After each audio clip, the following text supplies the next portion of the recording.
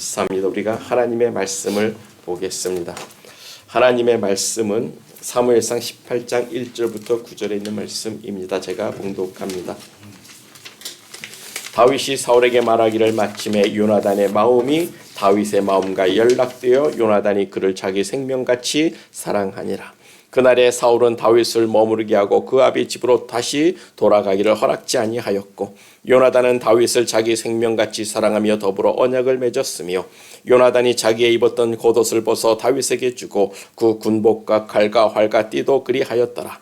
다윗이 사울이 보내는 곳마다 가서 지혜롭게 행하며 사울이 그로 군대장을 삼았더니 온 백성이 합당히 여겼고 사울의 신하들도 합당히 여겼더라. 무리가 돌아올 때에 곧 다윗의 블레셋 사람을 죽이고 돌아올 때에 여인들이 이스라엘 모든 성에서 나와서 노래하여 춤추고 소고와 경세를 가지고 왕 사울을 환영하였는데 여인들이 뛰놀며 장화하여 가로되 사울이 죽인 자는 천천히요 다윗은 만만이로다 한지라. 사울이 이 말에 불쾌하여 심히 노하여 가로되 다윗에게는 만만을 돌리고 내게는 천천만 돌리니 그의 얻을 것이 무엇이냐 나라밖에 무엇이냐 하고 그날 후로 사울이 다윗을 주목하였더라. 여기까지만 봉독했습니다.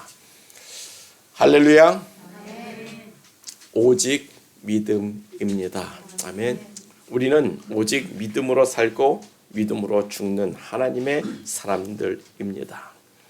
왜냐하면 사람이 죽고 사는 것이 우리에게 달린 것이 아니라 누구에게 달렸어요? 하나님께 달렸습니다. 그래서 다윗이 고백하는 거죠. 전쟁은 즉 우리가 살고 죽는 것은 하나님께 속한 것이다. 아멘. 우리는 여호와 하나님의 구원하심을 믿습니다. 우리는 온전히 하나님을 의지하고 삽시다. 이 믿음이 다윗의 믿음일진데 오늘 본문 18장은요. 믿음의 대가죠. 믿음의 대가 두 사람의 만남을 우리에게 이야기하고 있습니다. 요나단과 다윗의 만남이고 그리고 또 사울 왕과 다윗의 만남을 우리에게 말씀해 주고 있어요. 그래서 다윗을 만난 요나단과 사울의 마음, 그 믿음 상태를 우리가 묵상해 보고자 합니다. 그래서 첫 번째로 생각해 볼 것은 먼저 요나단의 마음이에요. 본문 1절을 보면 다윗이 사울에게 말하기를 마침에 요나단의 마음이 다윗과 연락이 되어 요나단이 다윗을 자기 생명같이 사랑하였다라고 말씀하고 있습니다. 본문 17장 맨 끝을 보면 이런 장면이 나와요. 다윗이 골리앗의 머리를 탁 베가지고 머리를 이렇게 들고 사울 왕에게 찾아옵니다. 그래서 너는 누구냐 하라고 하니까 나는 베들레헴에 사는 이새의 아들입니다 라고 고백을 하죠. 그때 사울 왕의 옆에 서 있던 아들 요나단이 이 다윗을 보고는 한순간에 알아본 거예요. 야, 이놈 괜찮은 놈이다. 이놈 정말 괜찮은 놈이다. 그래서 요나단이 그 다윗과 이렇게 마음이 연결이 돼서 하나가 되었다라고 이야기를 해요. 그래서 서로가 언약을 맺습니다. 이 두 사람이 서로 하나님을 경외하는 진짜 참 이스라엘의 사람이라는 것을 서로가 알아본 거예요. 야, 저놈은 괜찮은 놈이다 했는데 다윗도 저분은 괜찮으신 분이야 라고 서로 그 믿음, 하나님을 향한 그 경외함, 하나님에 대한 신앙을 알기 때문에 서로 연결이 된 거예요. 이 두 사람은 참으로 대단한 믿음의 소유자들 아닙니까? 여러분 요나단의 믿음 아시죠? 요나단이 사무엘상 14장 6절에서 뭐라고 이야기합니까? 요나단이 블레셋과의 전쟁에서 아무도 싸우지 못하고 있는 그 상태에서 정말 부하 한 명만 데리고 적진을 향해 기어 올라가면서 했던 말이 있어요. 뭐죠? 여호와의 구원은 사람이 많고 적음에 달려있지 아니하니라. 그리고는 단 둘이서 부하 하나 데리고 적진을 향해 올라갔고 큰 승리를 거뒀다는 겁니다. 그런데 다윗의 믿음도 요나단에게 조금 더 뒤지지 않는다는 거예요. 다윗도 말하기를 여호와의 구원은 칼과 창에 있지 아니함을 이 무리로 알게 하리라. 전쟁은 여호와께 속한 것인즉 여호와가 너희를 내 손에 붙이시리라. 요나단은 여호와의 구원은 사람의 많고 적음에 있지 않다고 했는데 다윗도 똑같은 믿음을 고백하고 있는 거예요.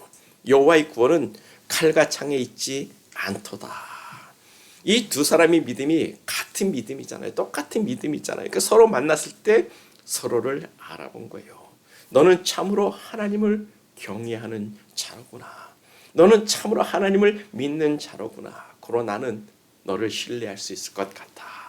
서로에게 그 마음이 닿았기 때문에 서로 사랑하게 되고 언약을 맺게 되고 친구가 되는 겁니다.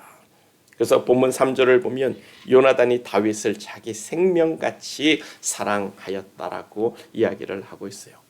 그런데 이 같은 이 말씀을 보면서도 또 다르게 해석하는 사람들이 있습니다. 동성 연애자들은 자신들이 옳다고 자신들이 정체성을 타당하다고 성경적으로 증명하기 위해서 이 본문의 요나단과 다윗을 동성 연애자들이라고 이렇게 주장을 하고 있는 거예요. 그래서 요나단이 다윗을 사랑해서 결혼의 언약을 맺은 것이라고까지 이야기를 하는데 참 어이가 없는 말이죠. 나중에 나오겠지만 요나단과 다윗의 언약은 우정의 언약입니다. 영원한 친구로서 누가 죽어도 내가 죽든 네가 죽든 우리의 가족을 서로 돌봐주자라는 그런 언약을 맺게 되는 거예요.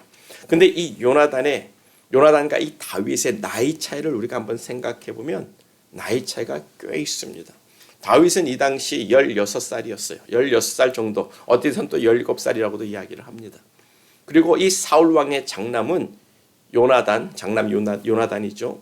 저것도 30대 중반에서 40대 초반까지 이렇게 성경 해석자들은 이야기를 하고 있습니다. 그러면 요나단과 이 다윗의 나이 차이가 참 크다는 거예요. 15살, 17살 차이도 나는 거예요. 그런데도 요나단이 이 어린 소년 다윗을 친구로 삼고 있다라는 거예요. 이것이 여러분 큰 마음, 열린 마음이라고 생각하지 않습니까? 나이는 차이가 비록 크게 있어도 나는 너의 믿음을 보는 순간 너는 나의 영원한 벗이야 라고 나는 생각했어. 그 마음이 서로 연결돼 버린 겁니다.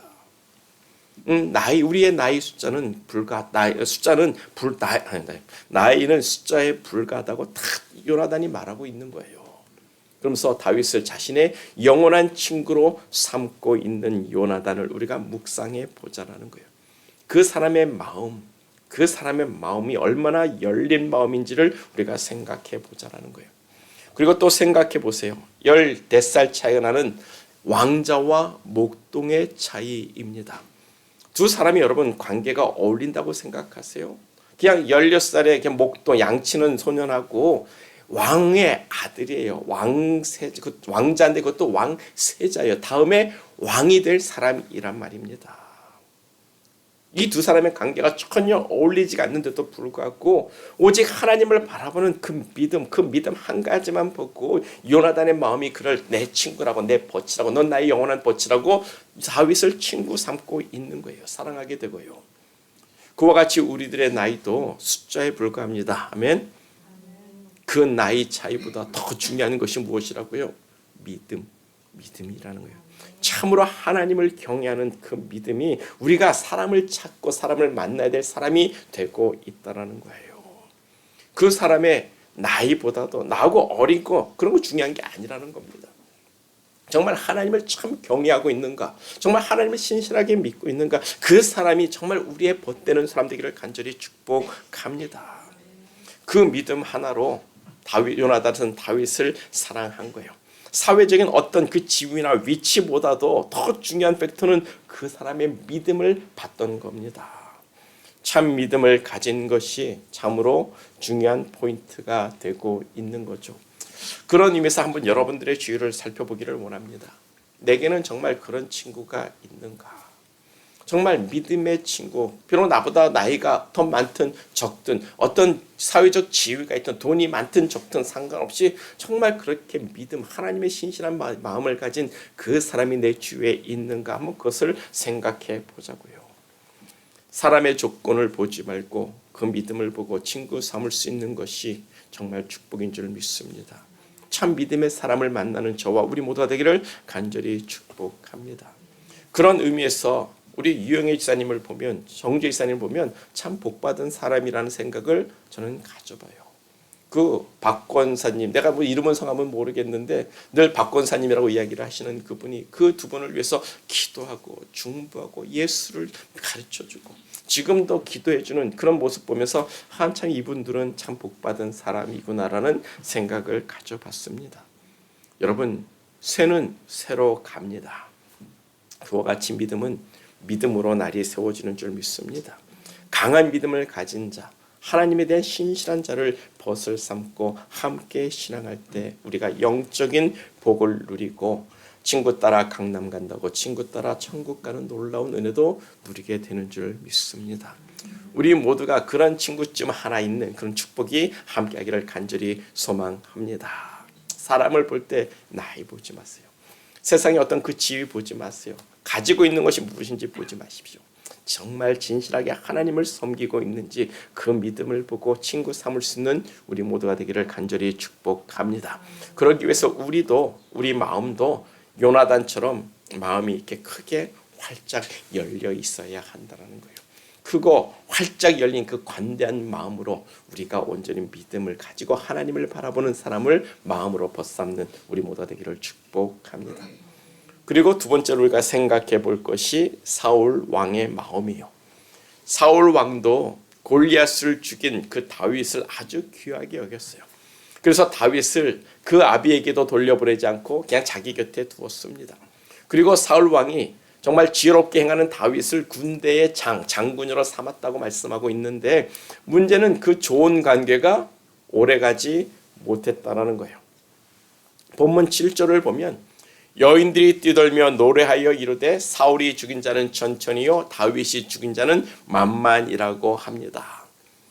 다윗이 군대의 장이 되고 사울 왕이 보내는 모든 전쟁터에서 늘 승리하고 돌아왔던 거예요. 말 그대로 백전백승의 장군이 된 겁니다. 그래서 여인들이 이스라엘 성에서 다 나와가지고 전쟁에서 나갔다 돌아오는 그 다윗을 맞이할 때 막 다윗을 높이는 거예요. 근데 문제는 사울 왕도 함께 그곳에 전쟁터에 갔다 같이 돌아오는 길이었습니다. 근데 여인들이 좀 사울 왕도 생각해서 좀 말을 조심했으면 되는데 여인들이 막 뛰놀고 좋아하면서 사울이 죽인 자는 천천히요 다윗이 죽인 자는 만만이로다라고 다윗을 사울 왕보다 더 높여버린 거예요. 이 말을 듣고 사울 왕이 불쾌 여기고 다윗을 시기하기 시작합니다. 만약 사울 왕이 요나단처럼 이렇게 활짝 열린 큰 마음을 가진 사람 같았으면 같이 전쟁에 갔었어도 전쟁에 나가서 앞서 싸우는 사람들이 누구입니까? 장군들이잖아요. 진짜 싸운 사람들이 장군이라면 다윗이라면 그래 다윗 잘 싸웠어. 정말 아주 오늘 멋지게 싸웠어. 지난 전쟁에서 정말 잘했어라고 그냥 같이 칭찬해 주면 되는데 사울 왕은 그렇게 큰 마음을 가진 열린 마음을 가진 사람이 아니었다라는 겁니다. 사울 왕은 좀 소심한 성격의 소유자였던 것 같습니다. 우리말로는 소갈데기가 없는 사람, 그런 사람이었던 것 같아요. 아주 째째한 사람이었습니다. 아버지가 잃은 아기를 찾을 때도 아버지가 우리를 걱정하실 것이라고 찾다 말고 우리 돌아가자 그러고 돌아가려고 했고 사무엘 선지자가 사울을 이스라엘의 왕을 삼고자 사람들 백성들 앞에 불러낼 때도 막국가 뒤에서 마차 뒤에 숨어가지고 나오지도 못했어요. 그런 소심한 마음으로 블레셋과 싸울 때도 사무엘 선지자를 끝까지 기다리지 못하고 자기가 제사를 먼저 드려버렸습니다.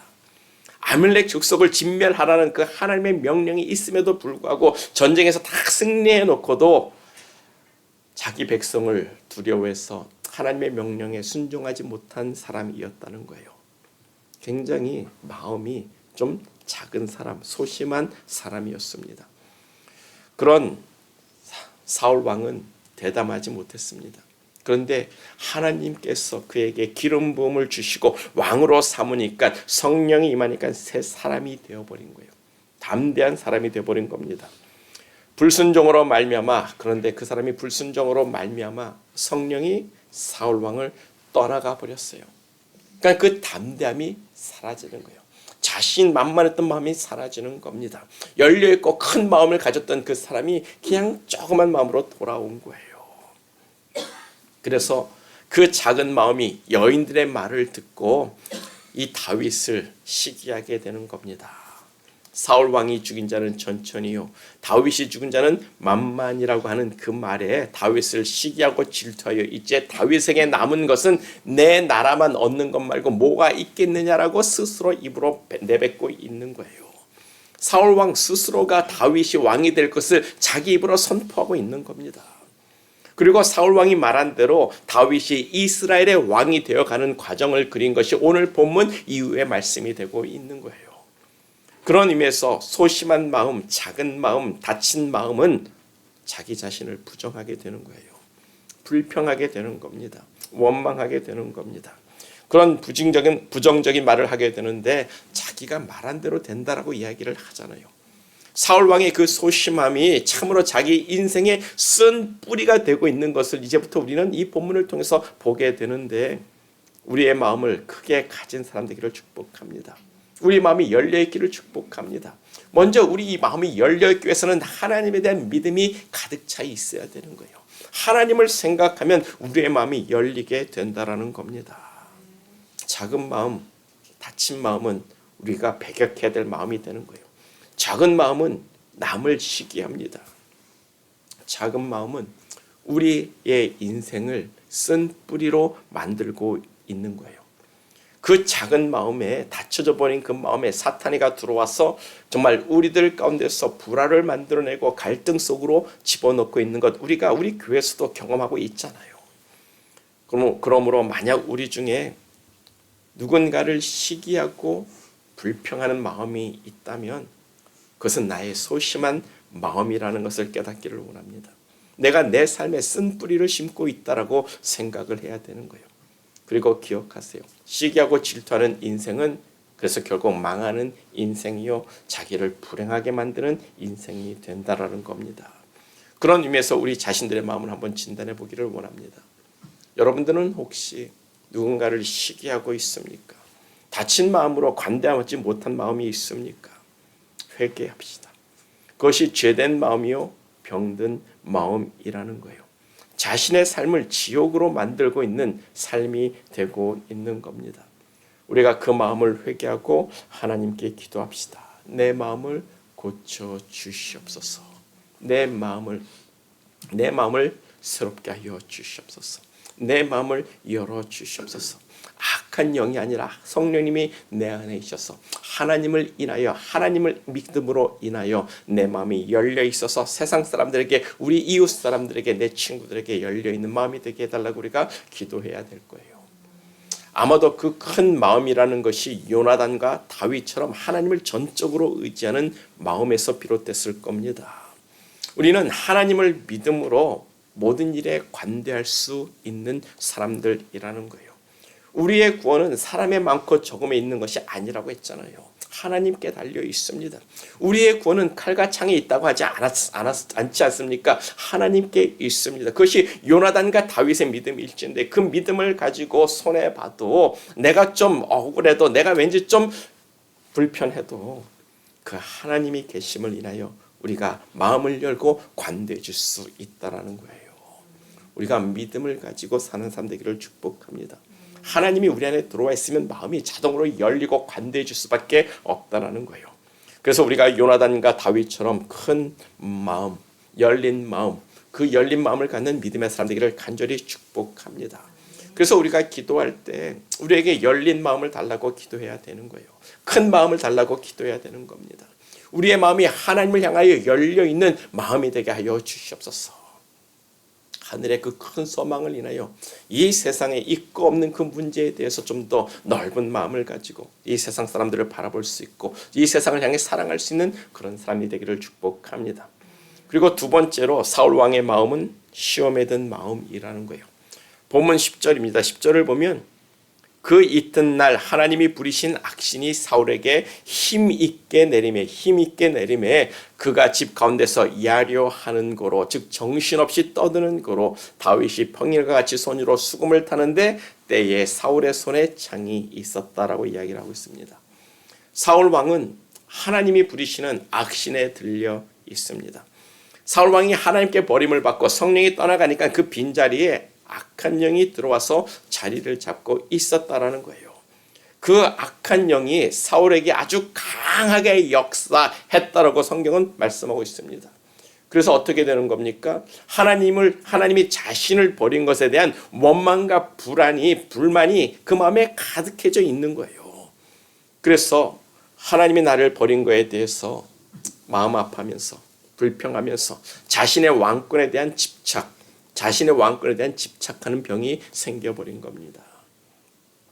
어떤 놈인지 모르겠지만 분명 나처럼 하나님의 기름 부음을 받았고 내 나라를 빼앗아갈 놈이 올 것이라는 것을 사울 왕은 알고 있었던 거예요. 그래서 본문 9절을 보면 그날 이후로 다윗을 주목했다라고 이야기를 하는 겁니다. 그 말이 뭡니까? 저놈이 내 나라와 내 왕권을 빼앗아갈 놈은 아닌가. 그때부터 사울 왕이 다윗을 주목해서 보는 거예요. 사울 왕은 자신의 왕권에 집착하고 있었습니다. 혹시 로드 오브 링이라는 영화를 보신 적이 있습니까? 거기에 나오는 이 골륨이라는 캐릭터가 있어요. 처음엔 스미골이라고 이름을 가진 호빗 족속 난쟁이과에 속한 사람이었는데 로드 오브 링 그 반지를 발견하고는 그 반지의 마력에 빠져서 살인을 저지르고 동굴 속에 숨어 들어가 버립니다. 그 반지의 힘에 의해서 500년을 살아요. 500년을 살면서 사람이 골륨으로 이상한 괴물이 돼버린 겁니다. 왜요? 그 반지에 대한 집착이 너무나도 커서 사람이 괴물이 돼버린 거예요. 우리도 그렇게 무엇인가에 집착을 하게 되면 우리도 모르는 사이에 우리 스스로가 괴물이 되어져 간다라는 거예요. 사울 왕도 자신의 왕권에 대한 집착 때문에 악령의 노예가 돼서 하나님을 대적하고 사무엘 선지자라도 누군가에게 기름을 부어서 왕을 세울 것 같으면 죽일 것까지 생각하고 있었던 거예요. 그렇게 사울 왕은 왕권에 대한 집착의 노예가 돼버린 겁니다. 그런데 사울 왕이 이스라엘의 왕이 된 것이 자기 힘으로 된 겁니까? 아니잖아요. 하나님이 사울을 선택해서 이스라엘의 왕을 삼아 주신 것 아닙니까? 그러니까 사울이 이스라엘의 왕이 된 것은 전적으로 하나님의 은혜요, 하나님의 선물이라는 거예요. 근데 하나님이 주신 것을 도로 찾아간다는데 그러면 끝난 거 아닙니까? 하나님이 가져가니까 하나님께 가져가셨으니까 됐다. 하나님이 주신 건데 하나님이 가져가셨으면 아멘이지 뭐. 그래야 되는데 아니라는 거예요. 내가 내 것을 가지겠다고 하나님을 대적해서 다음에 왕 될 사람을 내가 죽이겠다라고 이야기를 하고 있는 거예요. 하나님의 주권을 인정하는 것이 믿음입니다. 하나님이 또 다른 사람에게 그 왕권을 주시면 자기가 이스라엘의 왕이 된 것처럼 그 사람이 이스라엘의 왕이 될 수밖에 없다는 것 알아야죠. 하나님이 누구냐고요. 전능하신 하나님인데 전능하신 하나님이 내 것을 뺏어서 저 사람에게 왕 세워주겠다고 한다면 내가 하나님을 대적할 수 있냐고요.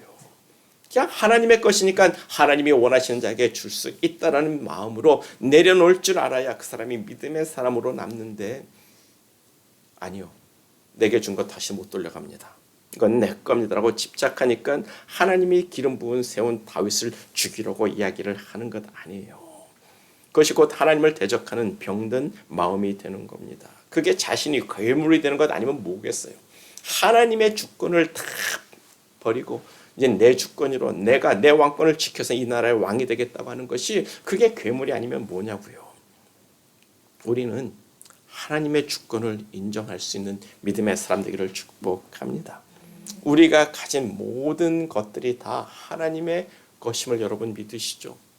우리가 가진 재물도 하나님의 것이에요. 우리가 가진 명예도 하나님이 주신 겁니다. 우리가 가진 건강도 하나님의 것이고요. 우리의 생명도 우리의 자녀도 다 하나님의 것이라는 거예요. 내 거는 아무것도 없습니다. 처음부터 우리는 아무것도 아니었지만 하나님이 우리를 만드셨다라는 거예요. 모든 게 다 하나님의 것인 줄 믿습니다. 그래서 우리를 두고 성경은 청지기라고 이야기를 하는 거예요. 우리는 하나님의 것을 맡은 청지기일 뿐입니다. 하나님은 우리를 청지기 삼고 우리가 가진 것은 하나님이 우리에게 맡겨주신 것에 지나지 않다라는 것을 우리가 알아야 되는 거예요. 그러므로 우리가 얻고 우리가 가진 거에 집착하지 마세요. 목사들도 마찬가지입니다. 작은 교회가 목사 세습을 한다는 소리는 들어본 적이 없습니다. 아마도 작은 교회에서 목회를 세습한다고 하면 아마 많은 사람들이 칭찬을 할 거예요. 참 대단한 목회자 집안이다. 선교사가 정말 멀리 가서 오지에 가서 사역을 하는데 그 아들이 또 아버지 닮아서 또 선교사를 계속 이어간다고 생각해 보십시오. 얼마나 귀한 사역이 됩니까? 근데 그렇게 하는 사람은 참 드물어요. 목회 세습을 하는 교회들을 보면 다 수백, 수천 명이 되는 큰 교회들입니다. 왜냐하면 자기가 개척해서 세운 교회니까 내 것이라고 집착을 하고 있는 겁니다. 그래서 남주기 싫어서 내 아들을 목사 만들어서 교회를 물려주겠다는 게 그 목사의 생각이겠죠. 그래서 세습을 하기 위해서 성도가 반대하면 그냥 성도들 내쫓더라고요. 제가 신학교를 다니면서 같은 신학교 동기들 중에 그렇게 해서 목사 공부하는 신학생이 한 서너 명이 됐어요. 근데 그 사람들이 목사 되는 과정에서도 보면 자녀가 너무 힘들어요. 자기는 목사 되고 싶지 않은데 아버지가 되라고 해서 목사 신학교까지 온 거예요. 그래서 학교 도망치면 아버지가 와서 잡아다가 다시 학교에다 집어넣고 갑니다. 결국 목사 만들었더니 그러고 나서 자기 교회를 세습시켜주는데 성도들이 반대하는데 3분의 2가 떠나가도 상관없습니다. 그 사람들 떠나가도 교회 건물 있고 교회 재산만 있으면 되는 거예요. 그러면 또 어차피 성도들은 또 모여든다라는 겁니다. 그래서 지금도 그분이 큰 목회를 하고 있어요. 참 그것을 보면서 마음이 아픈 그런 모습을 갖게 되는데 그게 다 집착 아니냐고요. 병든 마음 아닙니까? 사탄에게 씌워둔 마음 아닐까요? 사울처럼 하나님이 부리시는 악신에 사로잡힌 마음이 아니라면 과연 그렇게 할 수 있을까? 우리는 우리가 가진 것에 대한 집착을 버려야 되는 거예요. 내가 가진 그 모든 것이 다 하나님의 것이고 하나님이 나에게 맡겨주신 것이라고 우리는 생각해야 됩니다. 그것이 하나님의 주권을 인정하는 참 믿음의 모습이 되는 줄 믿습니다.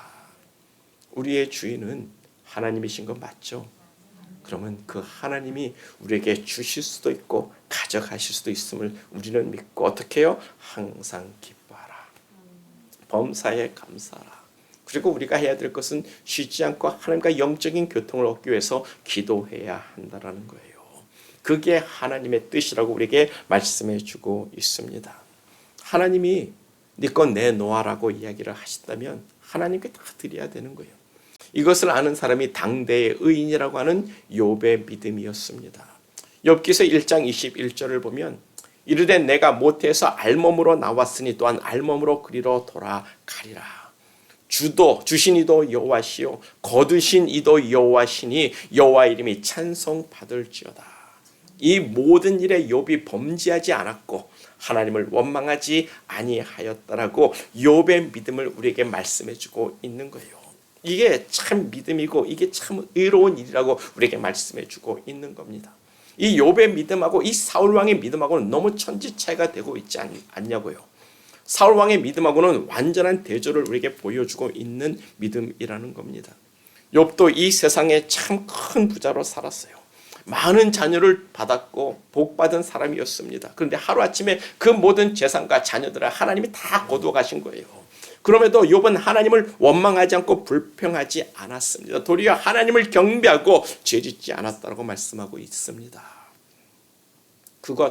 그 자녀와 재산을 잃어버린 것도 대단하고 엄청난 시험일진데 그것도 부족한지라 사탄이가 그것 가지고는 안 됩니다. 그 몸을 쳐야 됩니다. 그래가지고 그 몸에 온몸에 종기가 나도록 부스럼이 나도록 그 몸을 쳤잖아요.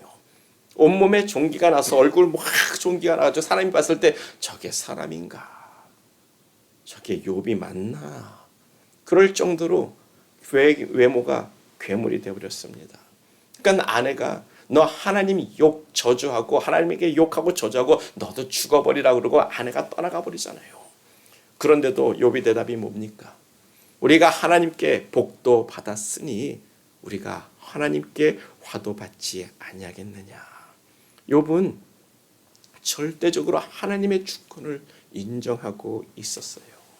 하나님이 주셨고 하나님이 가져가시는 것이고 하나님이 나에게 복도 주시고 하나님께 나에게 화도 주실 수 있는 하나님이다. 그래서 그 하나님을 끝까지 원망하지 않았던 그 믿음을 당대의 의인이라고 우리에게 소개시켜주고 있는 것이 바로 욥기서가 되고 있는 거예요. 우리가 이 믿음을 배워야 되지 않을까요?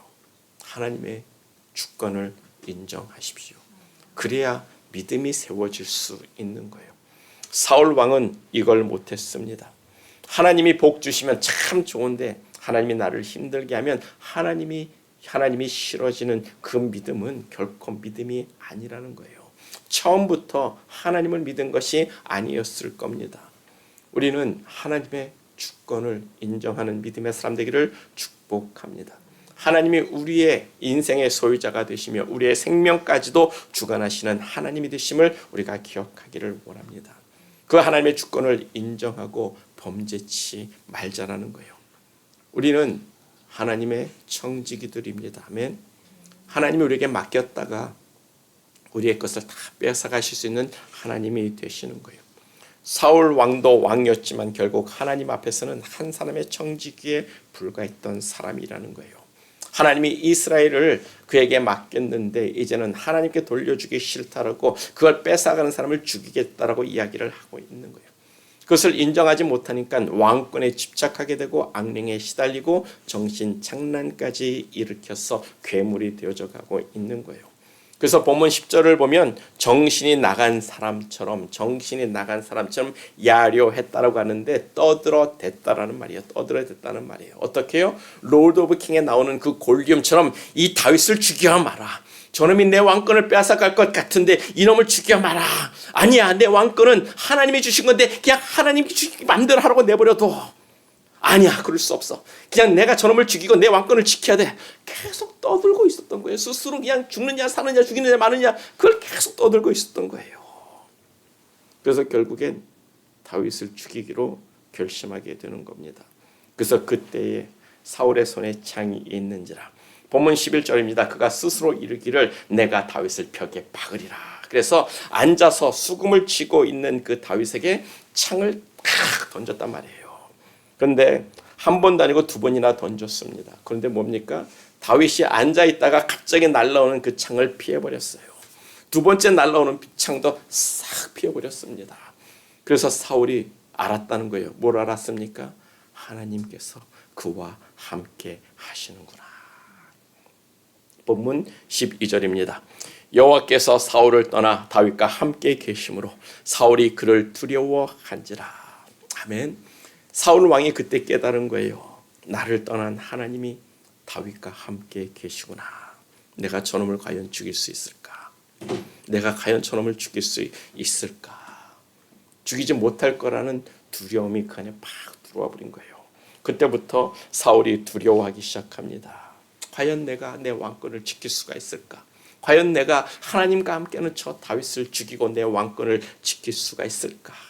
전능하신 하나님이 그와 함께 하시는데, 그러면서도 왕권에 대한 그 집착을 버리지 못하고 다윗을 끝까지 죽이려고 하나님을 대적하는 모습을 우리는 성경에서 찾아보게 됩니다. 결국엔 성령이 충만했던 사람이 골륨처럼 괴물로 변한 거예요. 집착은 우리를 병들게 합니다. 욕심은 우리를 괴물로 만들어 버립니다. 우리는 욥과 같은 믿음을 가지기를 축복합니다. 그게 우리가 회복되고 다시 회복되고 하나님과 동행할 수 있는 놀라운 축복의 길이 되는 거예요. 하나님이 주셨으니 하나님이 도로 가져갈 수 있음을 우리가 인정하고 감사하자라고요. 그리고 함께 기도하는 사람이 되기를 축복합니다. 그래서 우리의 믿음이 병들면 여러분 안 되는 겁니다. 하나님은 그런 참 믿음을 찾기 위해서 우리의 마음 깊은 심령까지도 감찰하시는 하나님이 되실진데 큰 마음, 큰 믿음으로 이 세상의 시험, 악한 시험을 이기는 저와 우리 모두가 되기를 간절히 축복합니다. 그래서 여러분 기억하셔야 됩니다. 하나님이 함께 하시는 사람이 되자. 하나님이 함께하는 사람이 어떤 사람입니까? 믿음의 사람이에요. 믿음의 사람은 하나님의 도우심을 인하여 어떤 조건에서도 형통할 수 있습니다. 우리가 그 믿음을 지키는 것이 우리의 삶을 지키는 가장 축복의 길이라는 것을 기억할 수 있기를 간절히 축복합니다. 그래서 여호와의 구원은 사람이 많고 적음에 있는 것이 아니다라는 거예요. 여호와의 구원은 우리가 가지고 있는 칼과 창이 있는 것도 아니라는 것을 고백해야 되는 겁니다. 오직 전쟁은 여호와 하나님께 속한 것이기 때문에 하나님께 속한 믿음의 사람이 이긴다라는 것을 우리가 기억하고 아무것도 없어도 우리는 하나님을 바라고 하나님을 소망하고 담대한 마음으로 열린 마음으로 하나님을 바라보자라는 거예요. 요나단과 다윗과 같은 하나님이 함께하는 믿음의 사람 되기를 간절히 축복합니다. 오직 믿음으로 우리의 삶을 하나님께 온전히 맡기는 사람들이 됩시다. 그게 우리가 경영하는 일의 형통이 되고 있다라는 거예요. 그래서 말씀을 정리하면 오늘 본문은 요나단과 사울 왕의 엄청난 다른 모습을 우리에게 보여주고 있습니다. 여러분은 어떤 사람입니까?